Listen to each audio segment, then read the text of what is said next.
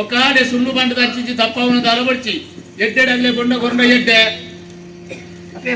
ಎಂತ ಬೆದಂಬು ಒಡ ಪುಣ್ಯಾತ್ಮ ನಿಜ ಅಣ್ಣಯ್ಯ ಎಡ್ಡೆಡು ಬೊಂಡ ಗೊಂಡು ಮನನಿಕ್ಕೆ ಎಲ್ಲಿಗೆ ಬಂದ ಓರ್ ಮಾಡ್ತೀನಿ ಜನ ಬಂದ ಇಂಚ ಬಂಪಿ ತಪ್ಪಾರ ಗುತ್ತಿ ಏನಿಂದ ಇದಕ್ಕೆ ಎಂಚಿರಾವು ನಿಗೆ ನಾಲ್ನಾಲ್ ಪೊನ್ಯನ ಕೈಲೆ ತಾರಿ ಇರ್ತಿತ್ತು ಒಂಜಿ ಬಾಜಿಯಲ್ಲಿ ತೋನೆ ಸಾಕಡಲ್ಲ ನಿನ್ನ ಮಂಡಗಿಲ ಅಪ್ಪೆ ಬೊಂಡಗರು ಆ ತಾಯಿರ್ದೆ ಬೊಂಡಗೋಡ ಎಣ್ಣ ಜಾಡುಂತೊಂದು ಬೆದಂಬು ಅತೆಲ್ಲ ನಿಕ್ಕೆ ಎಡ್ಡೆ ಗತ್ತಿದ್ಯಾ ಸಮಯ ಈಗ ಒಟ್ಟಾರೆ ಅಂತ ಮಾತಾಡ್ತೆ ಇಂದೇ ತಾಯಿರ ತಪ್ಪಿಗೆ ಬೊಂಡಗೋಡು ಕೊರು ಎಲ್ಲರು ಕೊರ್ಬಿಜನೈ ಏಕ ಬೆದಂಬು ಏಕ ನಾನೇ ಕಟ್ಟಿದೆ ನಾವು ಈ ಬೆದಂಬು ಇಟ್ಟಿದ್ದೀರಿ ಇಂದೇ ತಾಯಿರ ತಪ್ಪಿಗೆ ಬೊಂಡದೆತ್ತು ಕೊರು ಉಂಡದ ಕೊರ್ಪುನ್ನೇ ಜನೈ ಕೊರ್ಪುನ್ನೇ ಜನೈ ಅಯ್ಯೋ ದೇವ ಮಿದಾಯ್ತಾ ಚುಚ್ಚು ಅಂದ್ರೆ ಕಾಲ್ ತೂಯಿ ಪೆಟ್ಟಿಗೆ ಬೊಂಡ ಅಂತ ದಡಬಡ ಊರು ಊರು ಗುಳಿಗ ದೃಷ್ಟಿ ನಮ್ನೆ ಹಾ ಅಪ್ಪ ಎಂತ ಹಾಳು ಮಾಡಿದ್ದು ಮತ್ತೆ ಪೂರ್ಣದಾಯ್ತಾ ಕೊರು ತೂಯಿ ಪೆಟ್ಟಿಗೆ ಎಂತ ಬೊಂಡ ತೂಯಿ ಪೆಟ್ಟಿಗೆ ಹಾ ನಿಕ್ಕೊಳ್ಪಲ್ಲ ಪಾದೆ ಕೂಡ ಪುನಃ చెట్టుది కొరి తూయి పెట్టికే పుడ ఉండతా ఆయన మర్దోరి ఉండతా ఆయన మర్దోరి ఉండతా అత్తకు బొండ కొడుతు తూయినే నాట మరే కొరకై జోర్ ಮಾಡ್ತಿದ್ದ ಆಯ್ತು ಜೋರ್ ಮಾಡ್ತಾನೆ ಊರಂತಣ್ಣ ಇದು ಕತ್ತಿದ ಬಾಯಿ ಕೊಡ್ಪಾರ್ಪ ಈ ತುದ್ದದೇನು ಬತ್ತೊಂದು ದೊಯ್ರಂತಣ್ಣ ಕತ್ತಿ ತುದ್ದ ಪೆಣ್ಣ ಕೈಯೇ ತುದ್ದು ನಿಂಚೊಲ್ಲ ಬತ್ತಂದ ಐತೆ ಬುಕ ಅವನ್ ಹಬ್ಬ ಪ್ರಚಾರ ಅಂತಾರೆ ಅಯ್ಯ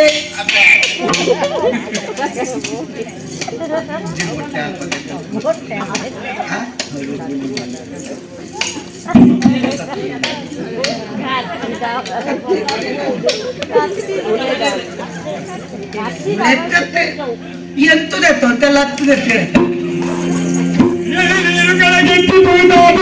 ಭಗವತಿ ಕುಡಿ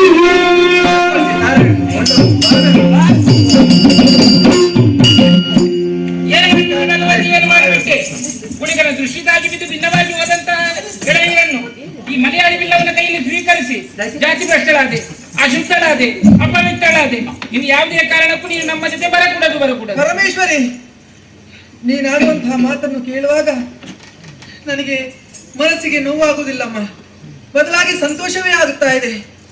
ಬಡವನಾದಂತಹ ಈತ ಕೊಟ್ಟಂತಹ ಸಿಯಾಳವನ್ನು ನಾನು ಸ್ವೀಕರಿಸಿದ್ದೇನೆ ಎನ್ನುವಂತಹ ಕಾರಣಕ್ಕಾಗಿ ನಿಮ್ಮ ಜೊತೆಯಲ್ಲಿ ಇನ್ನು ಮುಂದಕ್ಕೆ ನನಗೆ ಬರುವಂತಹ ಯೋಗ್ಯತೆ ಇಲ್ಲವೇನಮ್ಮ? ಸರಿ ಆಯ್ತು ಪರಮೇಶ್ವರಿ, ನೀನೇ ಆಲೋಚನೆ ಮಾಡಮ್ಮ.